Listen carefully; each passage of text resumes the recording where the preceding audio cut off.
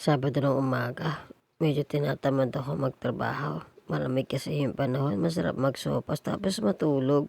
Bago nga kami kumain ng lunch, pinayos muna namin mga computer namin. Kasi nga mamayang uwian, i-upgrade na daw itong mga computer na to. Kaya eto, pati yung mga computer ng mga kasama namin na wala namin pasok, inayos na nga din namin para tuloy-tuloy na yung pag-aayos ng IT mamaya. Nakapag-lunch na nga din pala ako dyan. Tapos yung mga katrabaho ko, nag-ambagan sila ng tag 50 pesos para sa ulam nila ngayong tanghalian, sinigang.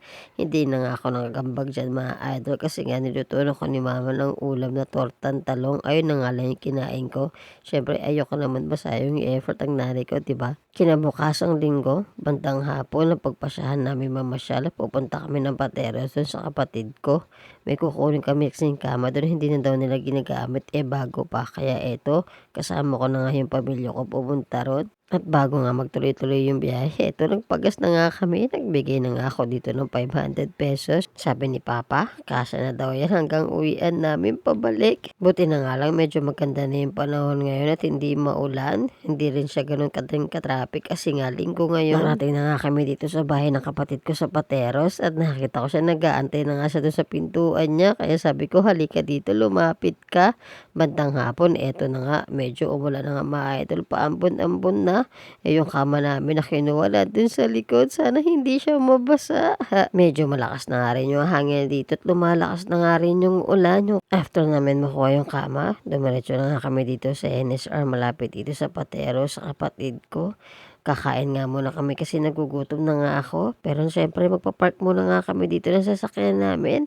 Ito yung kinagandahan mga idol sa may sasakyan na kahit umulan man, makakapunta kung saan man gustong pumunta basta hindi lang siya baha. Pagpasok nga namin dito, nakita na agad ni mama dito yung malalaking lollipop. Sabi niya sa akin, 113 yung isa neto. Akala niya 113 yung isang box na maraming lollipop na yun. Medyo nanibago lang ako dito mga idol kasi malawak pala tong SN na to. Ngayon lang kasi ako nakapasok dito. Hanggang sa nakarating na nga kami dito sa malagay ng mga tinapay mga idol. At tuwan-tuwa nga si mama dito, talang lalaki ng muffins. Tapos buy one take one pa siya. After namin mag-ikot-ikot, na pagpasyahan nga muna namin kumain. Kaya habang hinihintay namin dito yung in-order namin food, nagkwentuhan nga muna kami. Umorder kami dyan ng pizza mga idol. Syempre meron din kaming kanin na in-order dyan para doon sa mga kasama namin na nasa kabilang lamesa. Hindi kasi kami kasya dito sa lamesa na to. Kaya kami na lang muna mga upo yung magkakapatid. Nagpunta lang talaga tayo dito mga sa babies. After naman kumain, eto, balik na naman tayo sa pag-ikot-ikot. Hindi ko na alam kung anong bibili nila dito. Basta sumama nga lang ako para makapamasyal ako.